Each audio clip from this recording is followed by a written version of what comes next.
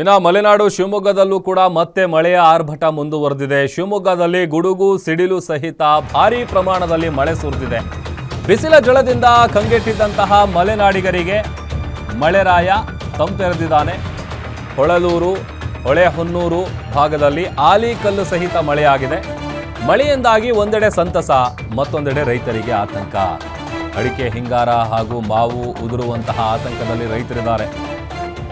ಇತ್ತೀಚಿನ ದಿನಗಳಲ್ಲಿ ಆಲಿಕಲ್ಲು ಸಹಿತ ಮಳೆ ಆಗಿತ್ತು ಉತ್ತರ ಕರ್ನಾಟಕ ಭಾಗದಲ್ಲಿ, ಆಮೇಲೆ ಶಿವಮೊಗ್ಗ ಭಾಗದಲ್ಲೂ ಕೂಡ. ಅದರಿಂದಾಗಿ ಅದನ್ನು ನೋಡೋರಿಗೆ ಒಂಥರ ಖುಷಿ, ಬಟ್ ಆದರೆ ರೈತರ ಪಾಲಿಗೆ ಅದೊಂದು ರೀತಿಯಾದಂಥ ಆತಂಕ. ನಾವು ಬೆಳೆದಂಥ ಬೆಳೆಗಳೆಲ್ಲ ಹಾಳಾಗುತ್ತೆ.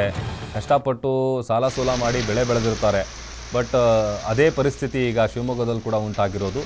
ಮಳೆಯ ಆರ್ಭಟಕ್ಕೆ ರೈತರು ಪಾಪ ಕಂಗಾಲಾಗಿದ್ದಾರೆ. ಒಂದು ಕಡೆ ಮಳೆಯಿಂದಾಗಿ ಸಂತಸ ಮನೆ ಮಾಡಿದರೆ, ಮತ್ತೊಂದು ಕಡೆ ಅಡಿಕೆ, ಹಿಂಗಾರು ಮತ್ತು ಮಾವು ಉದುರುವಂತಹ ಆತಂಕದಲ್ಲಿ ರೈತರು ಪಾಪ ಕಾಲ ಕಳೀತಾ ಇದ್ದಾರೆ. ಹೊಳಲೂರು, ಹೊಳೆಹೊನ್ನೂರು ಭಾಗದಲ್ಲಿ ಆಲಿಕಲ್ಲು ಸಹಿತ ಮಳೆಯಾಗಿದೆ.